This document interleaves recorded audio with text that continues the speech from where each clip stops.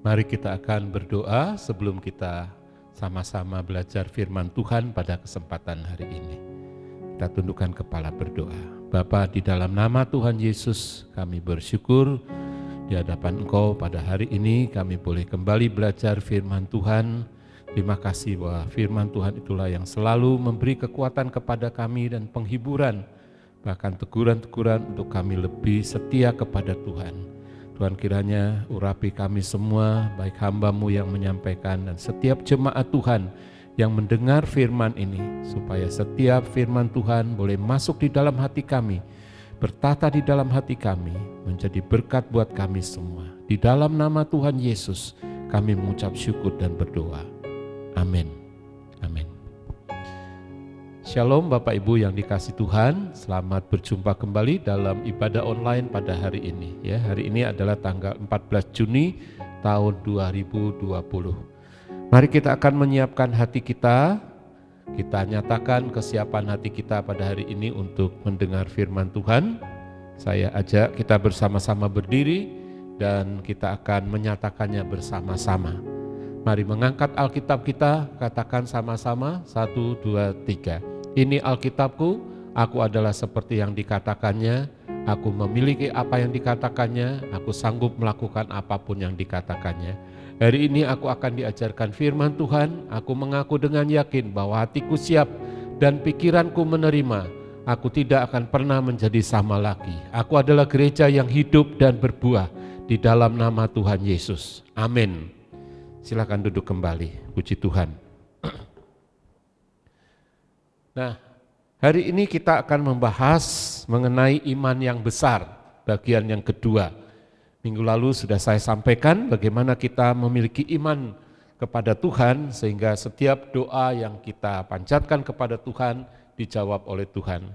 Sungguh menyenangkan sekali kalau kita boleh beriman kepada Tuhan. Saudara-saudara, saya rasa tidak ada hidup yang lebih menyenangkan daripada hidup kita beriman kepada Tuhan, artinya percaya kepada Tuhan. Nah, bagian ini adalah bagian yang kedua dari iman yang besar. Pembacaan kita ada di dalam Matius pasal yang ke-8 ayat 10 sampai ayat yang ke-13. Dari Matius pasal 8 ayat yang ke-10 sampai ayat yang ke-13. Saya bacakan ayat ini. Setelah Yesus mendengar hal itu, heranlah ia dan berkata kepada mereka yang mengikutinya, "Aku berkata kepadamu, sesungguhnya iman sebesar ini tidak pernah aku jumpai pada seorang pun di antara orang Israel." Lalu Yesus berkata kepada perwira itu, "Pulanglah dan jadilah kepadamu seperti yang engkau percaya." Maka pada saat itu juga sembuhlah hambanya. Amin. Saudara-saudara yang dikasih Tuhan, dalam ayat ini ada kata-kata Yesus yang mengagumi akan seseorang yang memiliki iman yang besar. Di sini dikatakan, "Aku berkata kepadamu, sesungguhnya iman sebesar ini tidak pernah aku jumpai pada seorang Israel pun." Ya. Jadi rupanya Tuhan tertarik dengan iman seorang ini, orang ini ya. Kenapa? Kenapa Tuhan Yesus tertarik dan mengatakan ini iman yang besar? Nah, kita akan membahasnya, tapi kita akan lihat dulu tujuan pembahasan kita, yaitu untuk mengajarkan kepada kita bahwa kita perlu mempunyai iman yang besar. Minggu yang lalu saya sudah sampaikan bahwa iman yang besar itu tidak peduli siapa kita. Ya, apakah kita sudah lama atau masih baru percaya kepada Tuhan, kita bisa mempunyai iman yang besar. Ya, apakah kita masih muda atau kita sudah dewasa, kita bisa mempunyai iman yang besar. Bahkan firman Tuhan mau memberitahu kepada kita, saudara, setiap orang siapapun, baik dia pria maupun dia wanita, dia bisa mempunyai iman yang besar. Kenapa kita perlu mempunyai iman yang besar? Karena setiap perjanjian Tuhan itu dapat tergenapi di dalam hidup kita kalau kita percaya kepada Tuhan. Ya, mari kita akan melihat di dalam pembahasan firman Tuhan. Nah, kalau minggu lalu kita berbicara mengenai seorang perempuan Kanaan yang percaya kepada Yesus. Hari ini kita berbicara tentang seorang laki-laki, seorang pria, ya. Dan kita membaca di dalam Matius pasal yang ke-8 ini, kita baca ayat yang ke-5 sampai ayat yang ke-13. Saya bacakan ya. Ketika Yesus masuk ke Kapernaum, datanglah seorang perwira mendapatkan dia dan memohon kepadanya, "Tuan, hambaku terbaring di rumah karena sakit lumpuh dan ia sangat menderita." Yesus berkata kepadanya, "Aku akan datang menyembuhkannya." Tetapi jawab perwira itu kepadanya, "Tuan, aku tidak layak menerima Tuan di dalam rumahku. Katakan saja sepatah kata, maka hambaku itu akan sembuh. Sebab aku sendiri seorang bawahan dan di bawahku ada pula prajurit. Jika aku berkata kepada salah seorang prajurit itu, 'Pergi,' maka ia pergi. Dan kepada seorang laki, 'Datang,' maka ia datang. Ataupun kepada hambaku, 'Kerjakan ini,' maka ia mengerjakannya." Setelah Yesus mendengar hal itu, heranlah ia dan berkata kepada mereka yang mengikutinya, "Aku berkata kepadamu, sesungguhnya iman sebesar ini tidak pernah aku jumpai pada seorang pun di antara orang Israel. Aku berkata kepadamu, banyak orang akan datang dari timur dan barat dan duduk makan bersama-sama dengan Abraham, Ishak dan Yakub di dalam kerajaan surga. Sedangkan anak-anak kerajaan itu akan dicampakkan ke dalam kegelapan yang paling gelap. Di sanalah akan terdapat ratap dan ketak gigi." Lalu Yesus berkata kepada perwira itu, "Pulanglah dan jadilah kepadamu seperti yang engkau percaya." Maka pada saat itu juga sembuhlah hambanya. Hari ini kita berbicara mengenai seorang perwira dari Kapernaum, seorang kepala pasukan, seorang perwira atau perwira tertinggi di kota Kapernaum yang mempunyai satu permasalahan, bukan untuk dirinya, tapi masalah itu adalah untuk hambanya yang dikatakan sakit lumpuh dan sangat menderita. Nah, saudara ini kasih oleh Tuhan, cerita ini juga tertulis di dalam Injil Lukas pasal yang ke-7. Ya, di dalam Injil Lukas pasal yang ke-7 diceritakan tentang siapa perwira ini atau bagaimana perwira ini berlaku, bersikap. Sehingga banyak orang-orang Yahudi yang berkata kepada Yesus, "Guru, orang ini layak engkau tolong." Beberapa hal yang kita dapati dari seorang perwira ini. Perwira ini juga bukan orang Yahudi. Ya, dia adalah orang yang non-Yahudi. Saudara, tetapi mengapa dia bisa mempunyai iman yang besar? Nah, mari kita akan lihat bagian yang pertama. Bagian yang pertama berbicara tentang iman dan perbuatan. Ya. Dalam surat Yakobus pasal yang kedua ayat 26 mengatakan, "Sebab seperti tubuh tanpa roh adalah mati, demikian juga iman tanpa perbuatan-perbuatan adalah mati." Jadi saudara, yang pertama berbicara mengenai iman dan perbuatan. Ada orang yang berkata, "Saya punya iman," tapi dia tidak berbuat apa-apa, maka tidak akan terjadi. Ada orang yang berkata, "Oh, saya meskipun tidak percaya tapi saya berbuat sesuatu atau melakukan perbuatan-perbuatan baik." Oke, saudara-saudara, masing-masing orang mempunyai suatu pengertian. Yang berkata, "Saya hanya perlu iman." Yang lain berkata, "Oh, enggak perlu, yang penting berbuat baik." Baik saudara, di dalam cerita ini saya sampaikan bahwa betapa pentingnya iman dan betapa pentingnya juga perbuatan-perbuatan iman. Jadi kita tidak hanya mempunyai iman, memang untuk masuk di dalam kerajaan Allah, untuk memiliki hidup yang kekal, kita hanya membutuhkan iman yang benar kepada Yesus.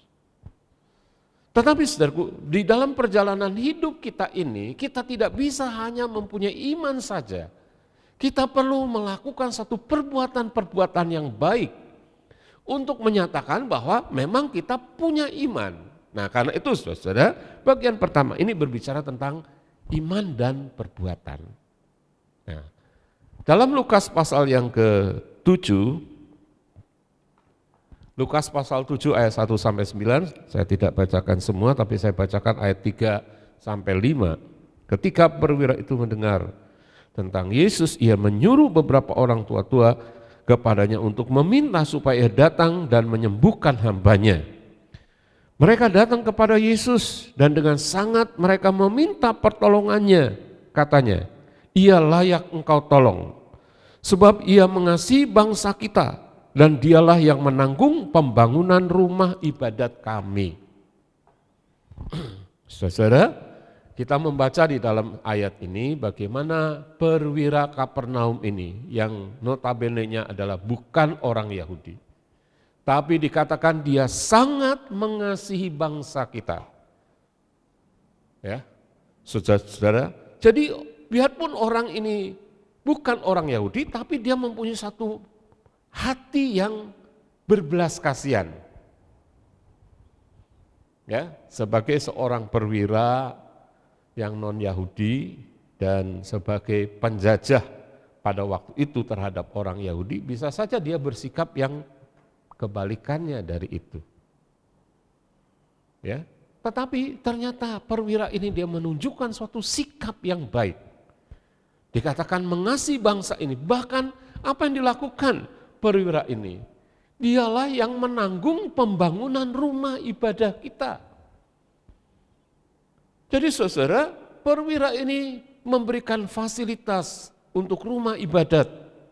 Meskipun dia notabene-nya bukan orang Yahudi, tapi dia menanggung biaya pembangunan itu.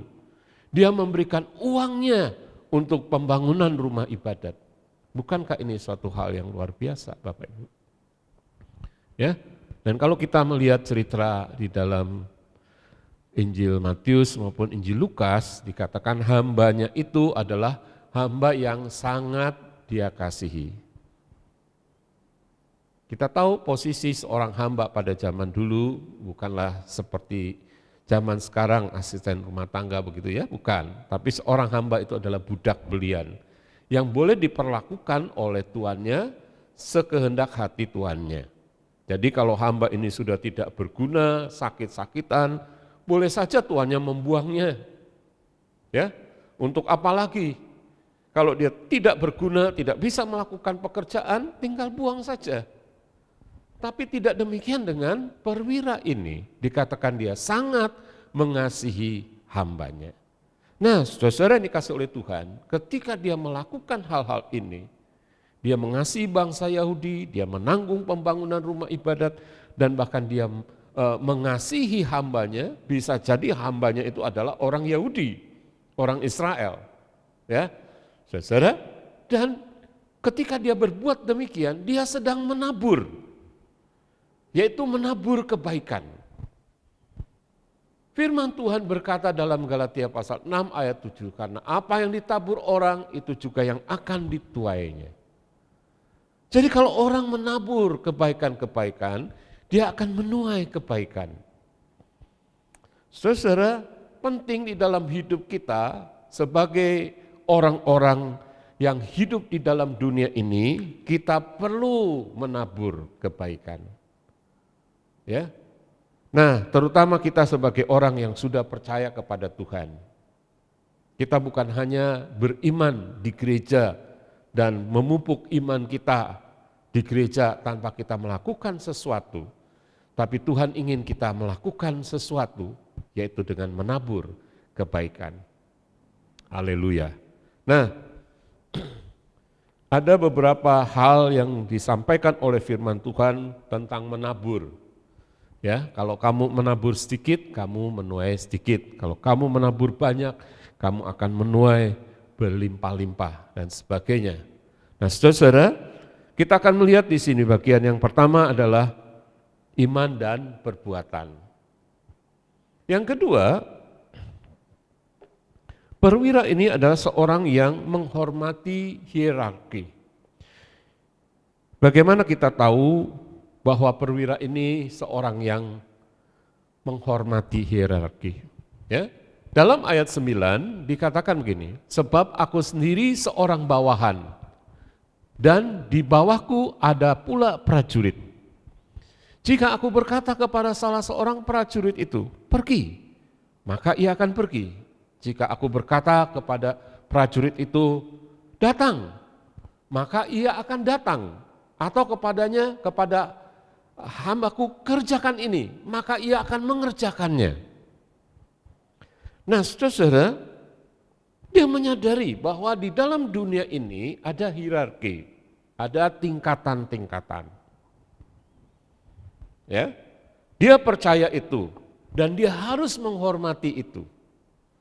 Saudara-saudara, memang kalau kita mau hidup damai di dalam dunia ini, maka kita harus tahu hierarki dan kita harus menghormatinya. Ya, misalnya tertulis di dalam Alkitab kita, saudara, tentang hierarki di dalam rumah tangga. Dalam Efesus pasal yang ke-5 ayat 22 sampai 33, saya bacakan beberapa ayat.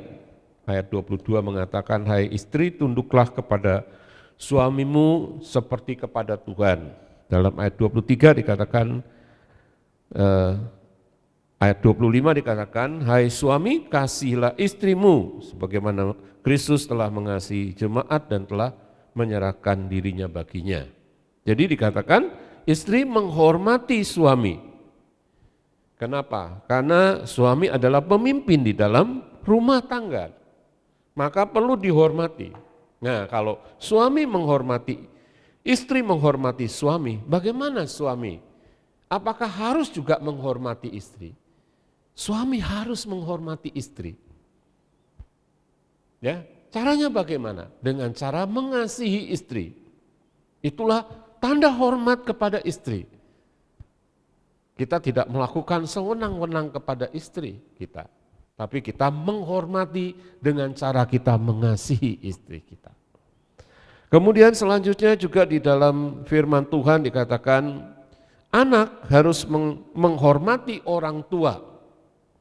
Ya, dalam Efesus pasal yang ke-6, hai anak-anak, taatilah orang tuamu di dalam Tuhan, karena haruslah demikian. Hormatilah ayahmu dan ibumu, ini adalah satu perintah yang penting, yang nyata dari janji ini, supaya kamu berbahagia dan panjang umurmu di bumi. Jadi firman Tuhan mengatakan kamu harus menghormati ayahmu dan ibumu. Anak-anak dengarkan ini. Ya, oh, ini yang ada di atas saya bukan ayahku, bukan ibuku, tapi kakekku, nenekku. Ya, itu juga harus kamu hormati. Kakek nenekmu juga harus kamu hormati. Paman, tantemu juga harus kamu hormati. Jadi orang-orang tua harus kamu hormati. Nah, kemudian bagaimana orang tua menghormati anak? Ya, di dalam Efesus pasal yang ke-6 ini dikatakan, hai bapak-bapak, janganlah bangkitkan amarah di dalam hati anak-anakmu, tetapi didiklah mereka di dalam ajaran dan nasihat Tuhan.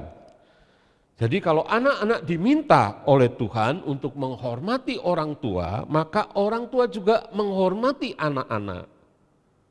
Ya, caranya bagaimana? Caranya adalah dikatakan didiklah anak-anak di dalam Tuhan, di dalam ajaran firman Tuhan.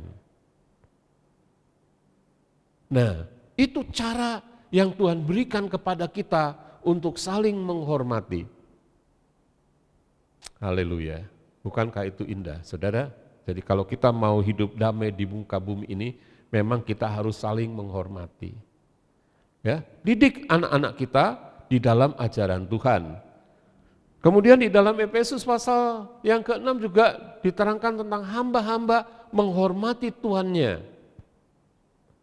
Ya, jadi hamba-hamba, orang yang bekerja pada orang lain harus menghormati siapa majikannya. Amin, ya. Tapi tuan-tuan juga dikatakan harus menghormati hambanya. Dengan cara apa? Bagaimana? Ya, dengan cara jangan kamu mengancam. Nah, saudara-saudaraku, kemudian Tuhan juga memerintahkan dalam Roma pasal yang ke-13 ayat 1 sampai 7.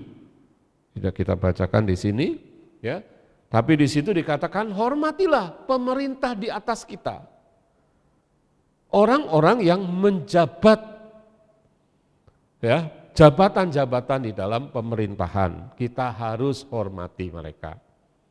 Dalam 1 Timotius 5 ayat 17 dikatakan hormatilah mereka yang menyampaikan firman Tuhan, yang berjerih lelah berkhotbah dan menyampaikan firman Tuhan. Saya tidak mau komen lah tentang ini. Ya, silakan saudara komen sendiri. Ya. Nah, saudara-saudaraku, di atas segala yang harus kita hormati, maka firman Tuhan memberitahukan kepada kita, kita harus menghormati Tuhan. Seperti yang tertulis di dalam Markus pasal yang ke-12 ayat yang ke-30. Injil Markus pasal yang ke-12 ayat yang ke-30. Dikatakan, kasihilah Tuhan Allahmu dengan segenap hatimu, dan dengan segenap jiwamu, dan dengan segenap akal budimu, dan dengan segenap kekuatanmu. Itulah hukum yang pertama. Ya, jadi saudaraku, hukum yang pertama itu adalah kasihilah Tuhan Allahmu. Nanti hukum yang kedua adalah kasihilah sesamamu manusia, termasuk menghormati suami, istri, orang tua, anak, ya. Kemudian ada hamba, tuan, hamba, dan sebagainya, itu ada. Ya, saudara, tapi di atas segalanya yang harus kita hormati, itu adalah Tuhan. Bagaimana kita menghormati Tuhan? Dikatakan, kasihilah Tuhan Allahmu dengan segenap hatimu, dengan segenap jiwamu, dengan segenap akal budimu, dan dengan segenap kekuatanmu. Itu hukum yang utama, hukum yang diberikan kepada Tuhan. Jadi saudara, kita mempunyai suatu prinsip di dalam bergereja bahwa kita harus menomorsatukan Tuhan di dalam segala sesuatu. Tuhan itu harus nomor satu.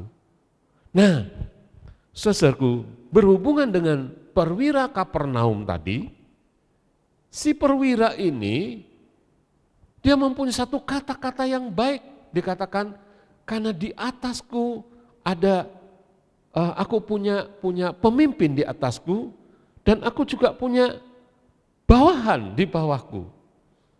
Artinya dia ngerti, saudaraku, bagaimana dia menempatkan Tuhan di atas segalanya. Ya, dia mengidentikan dengan dirinya. Kalau aku punya hamba, aku cukup berkata kepada hambaku, datang, dia akan datang. Atau pergi, dia akan pergi. Kerjakan ini, dia akan kerjakan itu. Saudara-saudaraku, dan ketika Tuhan mendengar pernyataan daripada sang perwira Kapernaum ini, saudara, lalu dikatakan heranlah Yesus. Dan dia mulai berkata kepada orang-orang yang mengikutinya, iman sebesar ini belum pernah aku jumpai sekalipun di antara orang-orang Israel. Ya. Bahkan Tuhan berkata nanti akan banyak orang datang dari timur dan barat dan akan makan bersama-sama dengan Abraham, Ishak dan Yakub di dalam kerajaan surga. Artinya akan banyak orang dari timur dan barat. Siapa mereka timur dan barat? Ya, secara garis besar timur itu adalah orang-orang Asia, ya, barat adalah orang-orang barat, orang-orang Eropa atau orang-orang bule, ya. Saudara, itu nanti akan ada banyak orang-orang dari barat, dari timur, mereka akan bersama-sama dengan Abraham, Ishak dan Yakub berkumpul di dalam kerajaan surga. Artinya Tuhan membuka kesempatan luas kepada setiap suku, bangsa, dan bahasa dimanapun mereka berada. Asalkan mereka mempunyai satu iman kepada Tuhan. Ya, saudaraku, kasihilah Tuhan Allahmu dengan segenap hatimu, segenap jiwamu, segenap akal budimu, dan segenap kekuatanmu. Itu hukum yang utama, saudara. Nah, itulah sebabnya saya menghimbau kepada Bapak Ibu Saudara yang dikasih oleh Tuhan, melalui ibadah kita menghormati Tuhan. Ya, ketika kita ibadah online, saya berharap bahwa ketika kita ibadah online juga kita menghormati Tuhan. Meskipun kita di rumah, pakailah pakaian yang pantas. Ya, bersikaplah seperti kita beribadah di gereja. Saya bersyukur kepada Tuhan bahwa melalui foto-foto yang disampaikan kepada kami, Bapak Ibu sudah melakukan itu, jemaat GBT Firman Kudus. Ketika engkau melakukan ibadah kepada Tuhan, engkau melakukan dengan penuh sukacita, dengan penuh hormat. Bahkan engkau berpakaian yang pantas, yang layak untuk beribadah kepada Tuhan. Itu adalah suatu tanda bahwa kita menghormati Tuhan. Meskipun kita beribadah di rumah. Ya, ada beberapa orang yang kami tegur karena ketika beribadah di rumah begitu santainya, ya, begitu menyepelekan. Jangan, saudara. Hormati Tuhan.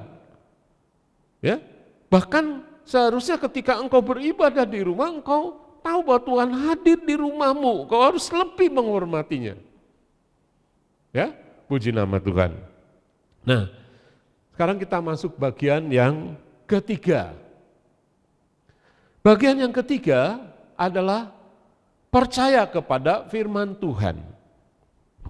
Perwira ini ketika dia mendengar Yesus akan datang ke rumahnya, perwira itu berkata, "Oh guru, Tuhan gak perlu datang ke rumah saya. Katakan saja sepatah kata." Saya bacakan di dalam ayat 8, tetapi jawab perwira itu kepadanya, kepada Tuhan. "Tuhan, aku tidak layak menerima Tuhan di dalam rumahku. Katakan saja sepatah kata, maka hambaku itu akan sembuh." Lalu dalam ayat 10, Tuhan berkata, "Aku berkata kepadamu, sesungguhnya iman sebesar ini tidak pernah aku jumpai pada seorang pun di antara orang Israel." Lalu Tuhan berkata kepada perwira itu, "Pulanglah dan jadilah kepadamu seperti yang engkau percaya." Nah, Bapak Ibu yang dikasih Tuhan, kita melihat bahwa apa yang diperbuat atau yang dikatakan oleh perwira ini menunjukkan bahwa perwira ini percaya kepada firman Tuhan. Lihat bagaimana sang perwira ini memiliki hati yang rendah.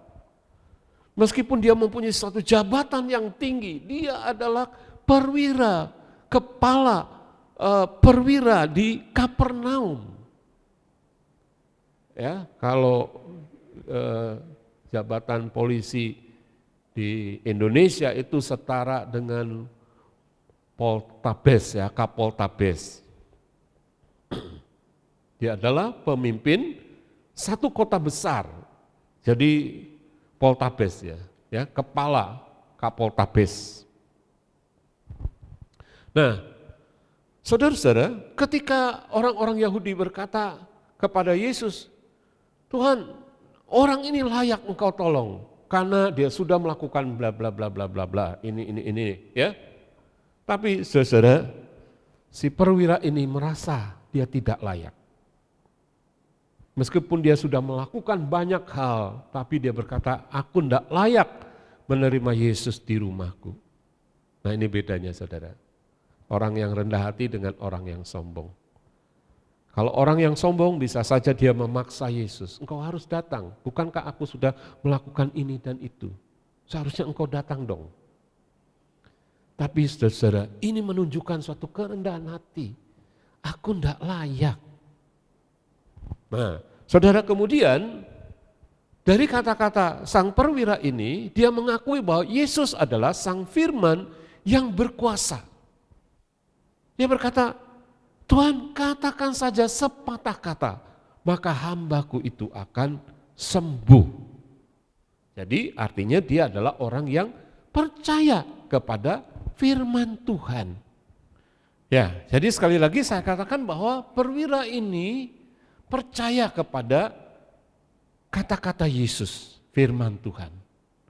Percaya kepada Sang Firman. Apakah saudara dan saya percaya kepada firman Tuhan? Nah, di dalam kitab Kejadian pasal 1 khususnya, itu adalah penciptaan alam semesta.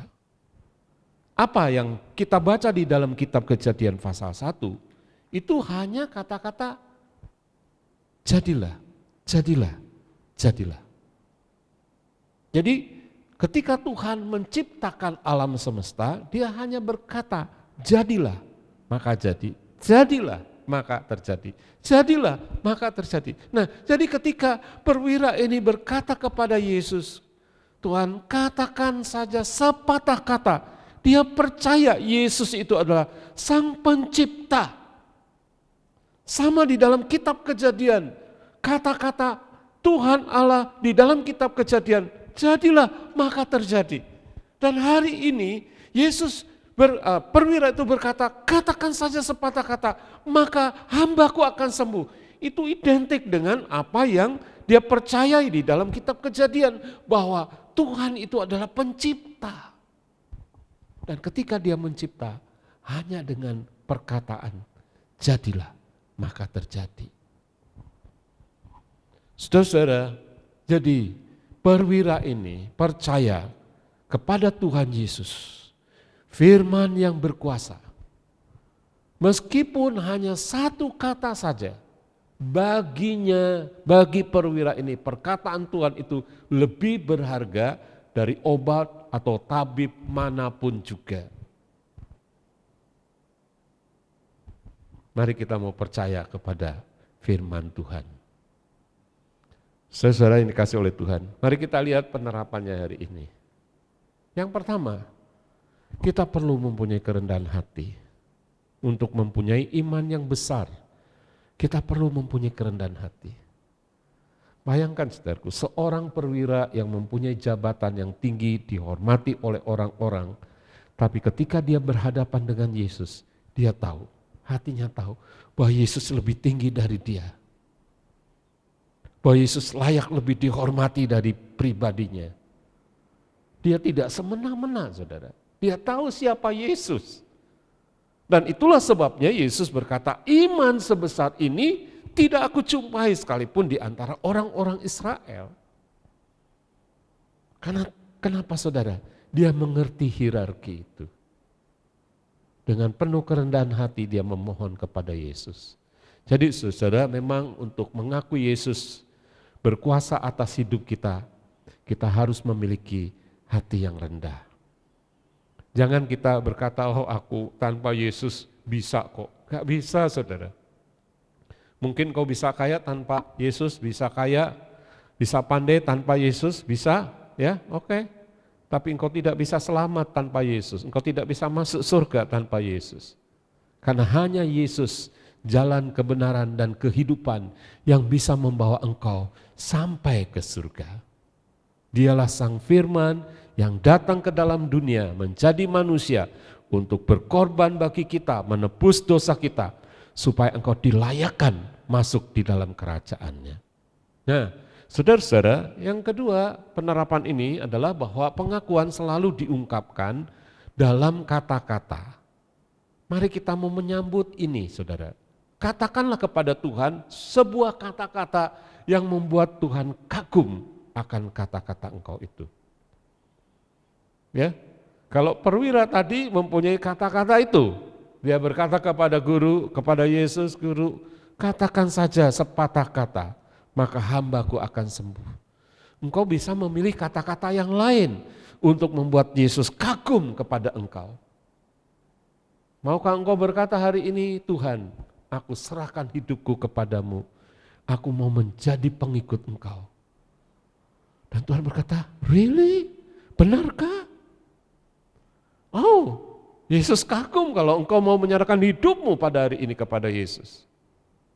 Dan engkau, hidupmu akan dipimpin dan engkau akan melihat kebaikan Tuhan yang jauh lebih lagi, lebih banyak lagi kebaikan Tuhan engkau akan rasakan di dalam hidup saudara ketika engkau menyerahkan hidupmu kepada Tuhan untuk dipimpin oleh Tuhan.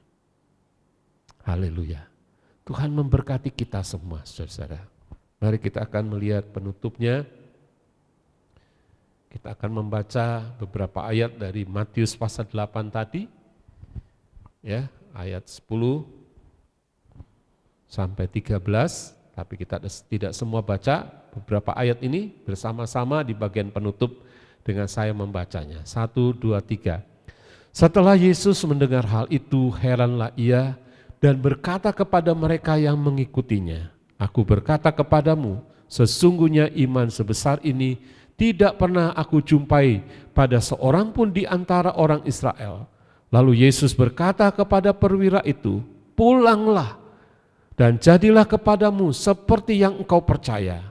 Maka pada saat itu juga sembuhlah hambanya. Amin, amin. Dan saya percaya hari ini jika engkau juga berkata kepada Yesus, "Katakan saja Tuhan sepatah kata," maka itu akan terjadi di dalam hidupmu dan engkau akan merasakan kebaikan-kebaikan Tuhan yang luar biasa. Haleluya, haleluya. Mari kita datang kepada Tuhan. Kita percaya bahwa Tuhan adalah jawaban setiap doa kita. Saat kita menyembah kepadanya, Roh Tuhan bekerja dan kita percaya bahwa kuasa Tuhan sempurna. Saat kita berdoa, kuasa Tuhan bekerja. Mari kita nyanyikan pujian ini. Haleluya.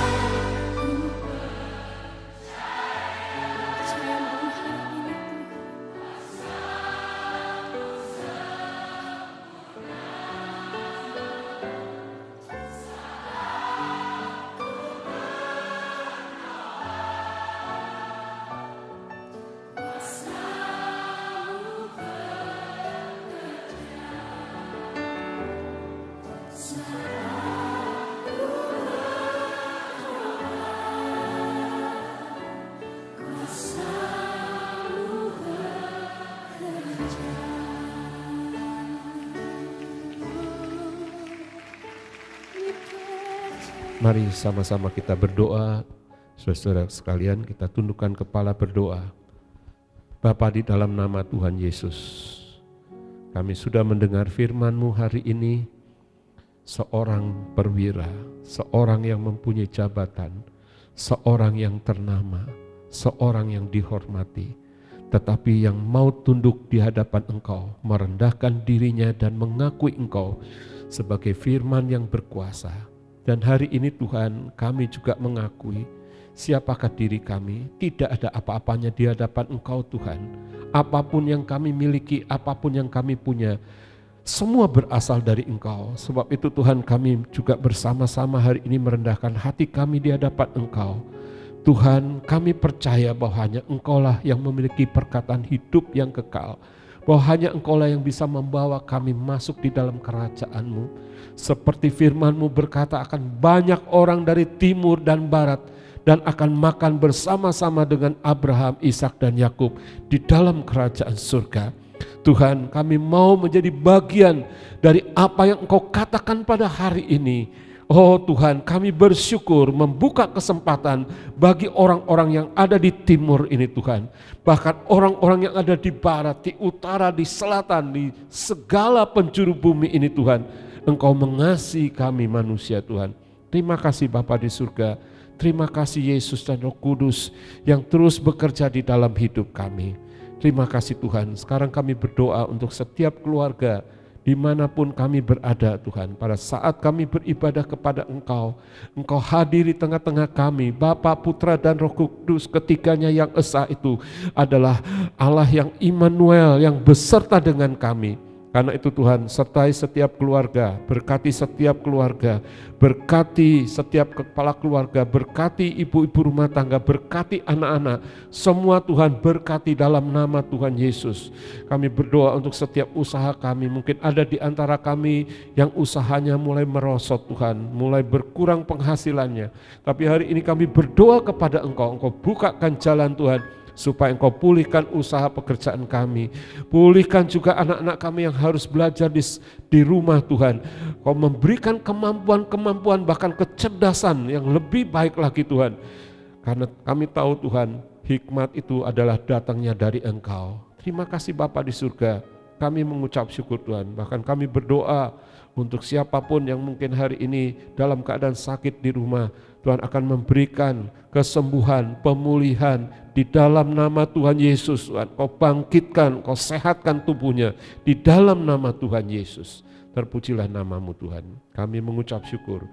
Semua doa ini kami peralaskan di dalam nama Tuhan Yesus Kristus. Dan semua kita yang percaya dan mengasihi Tuhan, sama-sama katakan amin. Amin. Puji Tuhan. Bapak Ibu yang dikasihi oleh Tuhan, kita dapat memberikan persembahan kita sesuai dengan kemampuan kita, berikanlah dengan sukacita dan bisa disampaikan ke PKS masing-masing. Kemudian yang mempersembahkan melalui akun bank gereja juga bisa mempersembahkannya dengan sukacita, dan jangan lupa memberitahu kepada kami setiap persembahan yang ditransfer. Kemudian saudaraku, untuk ibadah kita pada hari Kamis, ibadah doa multiplikasi, jangan lupa Bapak Ibu, kita menghormati Tuhan dalam ibadah doa multiplikasi. Demikian juga di dalam ibadah komsel pada hari Jumat, ya, lakukan seperti biasa, kita komsel di rumah kita masing-masing, dan ada yang sudah menggunakan Zoom, ya, komsel bersama-sama. Saya juga bersyukur untuk hal itu, ya.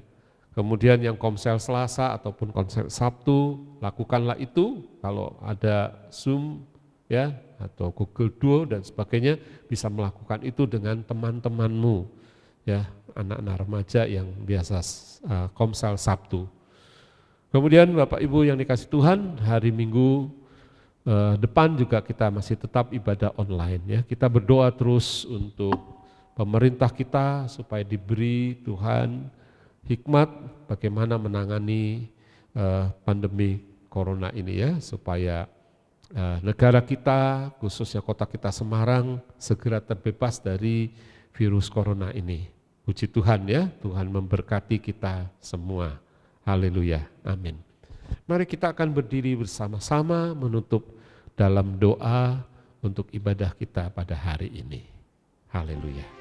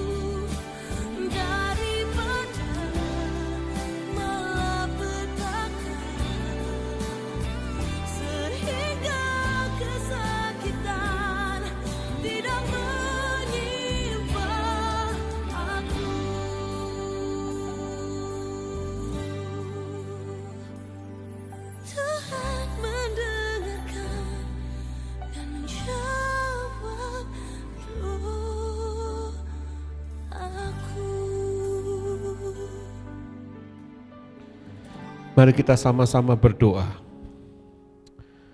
Kiranya Tuhan menjawab engkau pada waktu kesesakan. Kiranya nama Allah kita membentengi engkau. Kiranya dikirimnya bantuan kepadamu dari tempat kudus dan disokongnya engkau dari Sion. Kiranya diingatnya segala korban persembahanmu dan disukainya korban bakaranmu. Kiranya diberikannya kepadamu apa yang kau kehendaki dan dijadikannya berhasil apa yang kau rancangkan. Kami mau bersorak-sorai tentang kemenangan-Mu dan mengangkat panji-panji demi nama Allah kita. Kiranya Tuhan memenuhi segala permintaan-Mu. Sekarang aku tahu bahwa Tuhan memberi kemenangan kepada orang yang diurapinya dan menjawabnya dari surganya yang kudus dengan kemenangan yang gilang gemilang oleh tangan kanannya. Orang ini memegahkan kereta dan orang itu memegahkan kuda, tetapi kita bermegah dalam nama Tuhan Allah kita. Mereka rebah dan jatuh, tetapi kita bangun berdiri dan tetap tegak. Ya Tuhan, berikanlah kemenangan kepada kami dan jawablah kami pada waktu kami berseru kepadamu. Haleluya, haleluya. Diberkatilah engkau pada waktu masuk dan diberkatilah engkau pada waktu keluar. Dan Tuhan memerintahkan berkat di dalam lumbungmu dan di dalam segala usahamu. Tuhanlah yang menetapkan kita untuk menjadi umatnya yang kudus. Dan Tuhan melimpahi kita dengan segala kebaikannya. Tuhan mengangkat kita menjadi kepala dan bukan ekor, dan kita akan tetap naik, bukan turun. Terpujilah Tuhan kekal selama-lamanya. Mari kita mengangkat kedua tangan kita mengarahkannya kepada Tuhan. Tuhan memberkati engkau dan melindungi engkau. Tuhan menyinari engkau dengan wajahnya dan memberi engkau kasih karunia.